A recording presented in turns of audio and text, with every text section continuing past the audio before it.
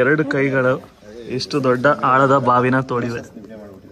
ಇಲ್ಲೊಬ್ರು ಒಂದು ವ್ಯಕ್ತಿನ ಭೇಟಿ ಮಾಡೋದಕ್ಕೆ ಹೋಗ್ತಾ ಇದೀವಿ. ಈಗ ಹೇಗಿದೆ ಇದು ಗುಳಿ?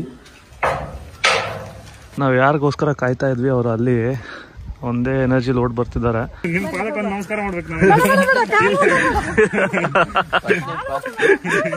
ಇದು ನಿಮ್ದು ಎಷ್ಟನೇ ಬಾವಿ? ನಂದು ಮೂರನೇದು. ಓ, ಇದನ್ನ ಏನಕ್ಕೆ ತೋಡಿರೋದು? ಇದು ಮಕ್ಕಳೆಲ್ಲ ನೀರು ಕುಡಿಲೇ ಇದೆ. ದೇವ್ರು ಜೊತೆಲಿ ಇರುವಾಗ ಯಾರು ಏನ್ ಮಾಡಿದ್ರು ನಮ್ಗೆ ಏನೂ ಆಗಲ್ಲ. ಆತ್ಮ ಶುದ್ಧವಾಗಿರ್ಬೇಕು. ದೇವ್ರು ನಮ್ ಜೊತೆಲಿ ಇರಲ್ಲ. ಇಲ್ಲಿ ಸುಳ್ಳು ಕರೆ ಹೇಳ್ಕೊಂತಿದ್ರೆ ನಮ್ ಜೊತೆಗೆ ಯಾರು ಇರಲ್ಲ. ಇದು ತಾವು ಎಷ್ಟೋ ದಿನಗಳ ಕಾಲ ತೋಡಿದೀರಾ? ಇದೊಂದು 40 ದಿನ ಆಯ್ತು ನನಗೆ. ತಮ್ಗೆ ಎಷ್ಟು ವರ್ಷ? ನನಗೆ 58 ವರ್ಷ ಆಯ್ತು. 58? ಏನ್ ತೆಗಿಯಲ್ಲ ನಾನು. ಇಲ್ಲಿ ಕಾಣ್ತಾ ಇರೋದು ಒಂದು ಅಂಗನವಾಡಿ.